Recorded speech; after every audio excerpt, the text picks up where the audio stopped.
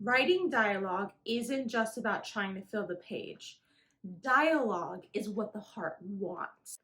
Here are 3 tips on how to write realistic dialogue coming up.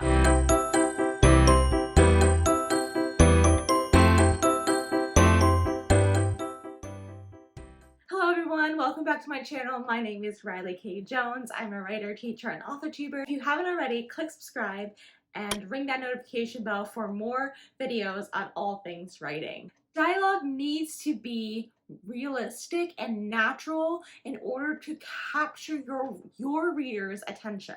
We've all watched a movie or read a book where the dialogue seems corny or is forced. Even if the actors are doing their best to represent what the script says, it kind of makes you shake your head and just go, I'm sorry, what now? Gotta go. I want to take a peek at the new snack that just transferred in. Saw him in homeroom. His name's Marco, and he is seriously luscious. Here are 3 tips on how to make your dialogue natural and realistic. Number 1, keep it important. Every line of dialogue is a piece of information that you are giving your reader. So is everything that is attached to it. Dialogue tags, action tags, any kind of emotion, expressions, gestures, etc. You are trying to convey those things to your reader. What your character says is more than just moving the plot along, and dialogue is the fire behind that person. Remember, we want to find the humanity in each individual character. Your characters are not just talking to keep the book moving. They have real needs and wants too. This includes your side characters and even some of your minor characters. Characters that come in once or twice in the book. They all have needs, they all have wants.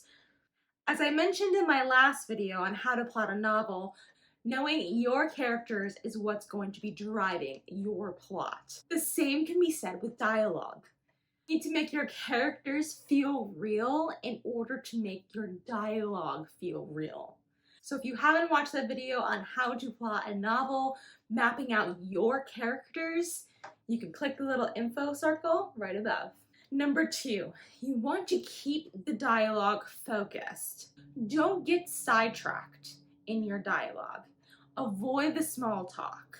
Small talk is talking about the weather and also repeating the same information too many times and random exposition.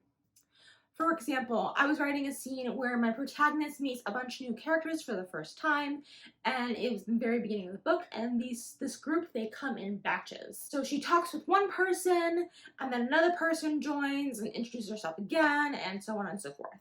Well, you don't want to be repeating the same information every time someone new comes into the picture.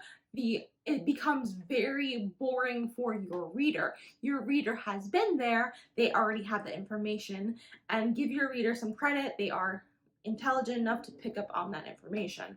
And even though you may be doing this in a real life situation, let's say you're new at a party situation, you're introducing yourself to new people over and over again, you're going to be repeating that information, but in writing, it gets very boring to read.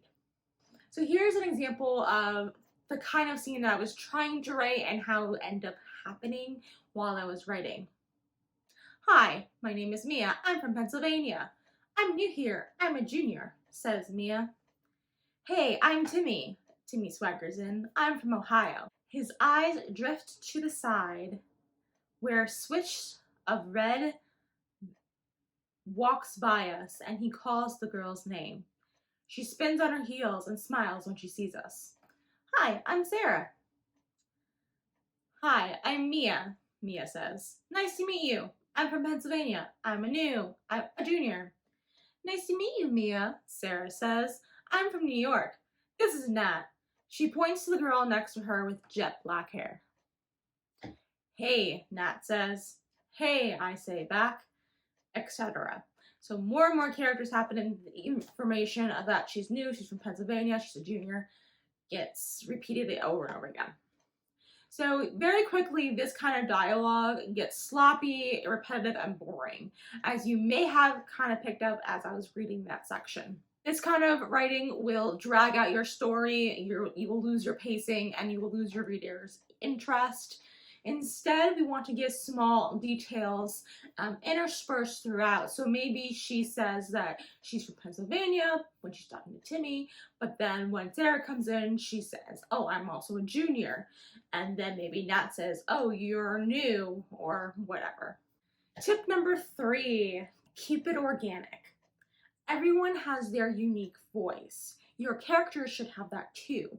The way I talk is different the way that you might be talking. We all have different interests and different idiosyncrasies in the way we speak. One way to keep it organic is to write the way people actually speak. Most people don't speak formally, for example. We use slang and colloquialisms. Half the people, or more than the population, when they pick up the phone, they don't say "it is I," even though that is the grammatical way to say that. It is very formal, and most people speak like that. They'll say like, "Hey, yeah, it's me," or they will say, "Yeah, what's up?" People, they pause a lot when they're thinking. They will use filler words such as like and They use contractions. They start in the middle of one thought and may transition to another thought or never finish that thought.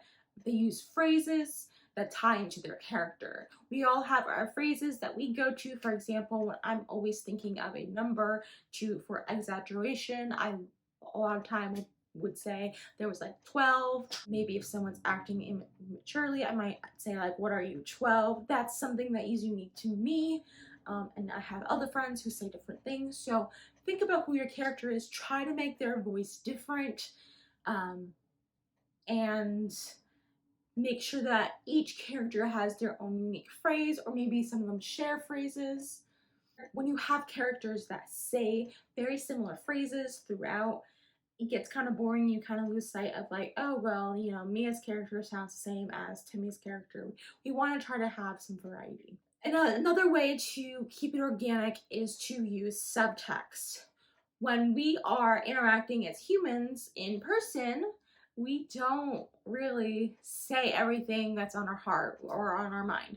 A lot of times there will be gestures, there'll be certain phrases that we'll use, tone of voice, a lot of things that go into play into our mood and our emotion, and that is called subtext. When using subtext, don't simply tell the reader everything. This type of writing typically happens at the very beginning of novels or the very, very beginning of scenes when writers are trying to drop in exposition. For example, in this scene we have Tara and her brother Josh, and Tara is angry that her brother Josh has eaten the last chocolate bar.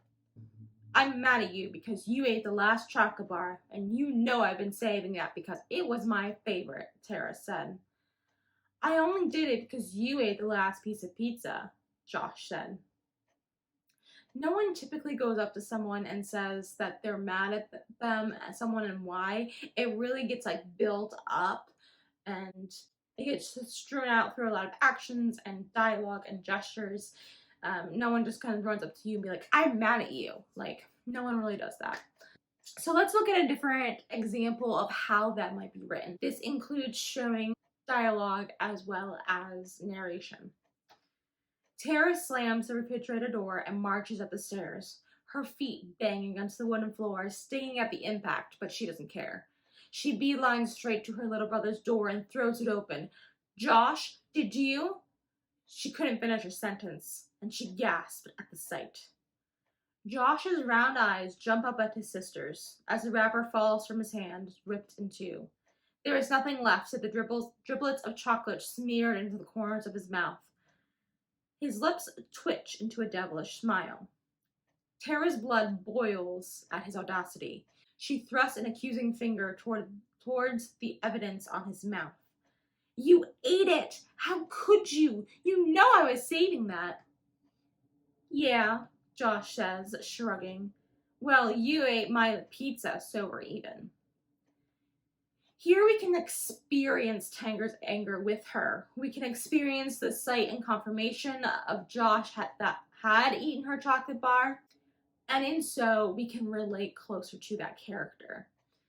There's also some start and stop dialogue. She doesn't finish her sentences, and you know she's mad because of her action as well as her words. So how can we apply these 3 tips in writing your dialogue? One way to do this is to just listen to how people talk. And when you are listening, write down key phrases or sentences or even lines of conversation that really stand out to you, including patterns of speech. Keep a journal, whether it's a physical or something on your phone. That's something that I like to do, is to write it on my phone and jot down those phrases and parts of conversation.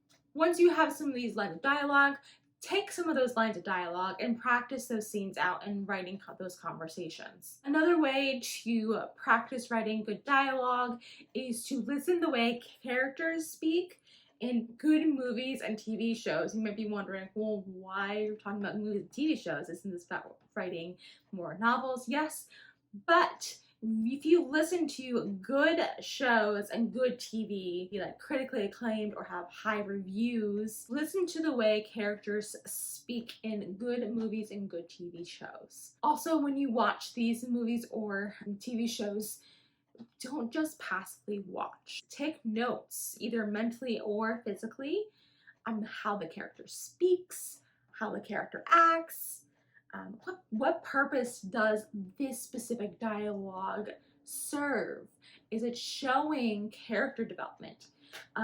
Is that the only purpose, or is it introducing or foreshadowing something that's later to come?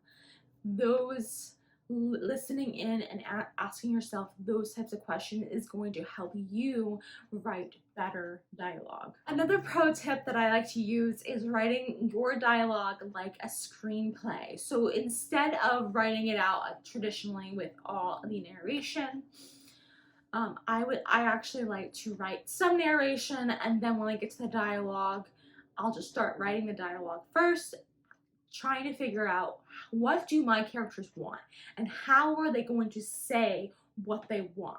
What are some ways I can play with that? A lot of times this will mirror a script where I'll just have the line of dialogue and then maybe like a character's name attached. Some people actually do write out like a script. Then once I have my character's lines written, I'll edit the scene, whether that in that writing section or maybe later down the road, to add layers. Sometimes this means, okay, I know what they're going to say, so let me add in more subtle hints at what they're going to say throughout, or maybe I will rewrite some lines to just make that punch or reveal stronger, and then I'll also cut out any repetition that I have, because I might be saying the same thing over and over and over again before I realize, ooh, if I leave this later or if I put that here in the middle, it'll make it much better. Another layer that I also will add is including action. I approach the scene then as an actor or director would. What are both or one or all the characters feeling, and what are their wants and desires? And then I want to show that. I don't want to just tell that. I was reading a book recently, and the author many times said, I feel anxious. The narrators, like, I feel anxious, I feel afraid, I feel helpless. Instead of showing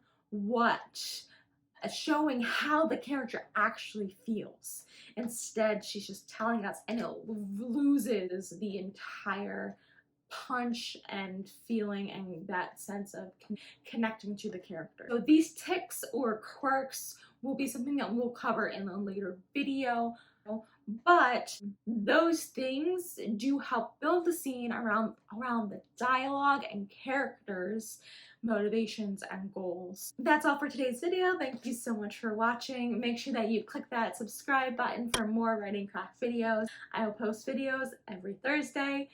And let me know down below what some lines that you have overheard in conversation. For example, I once overheard someone say, "Pop the relational zit," and you are your own chicken nugget. That's all for today's video. Keep writing and stay creative.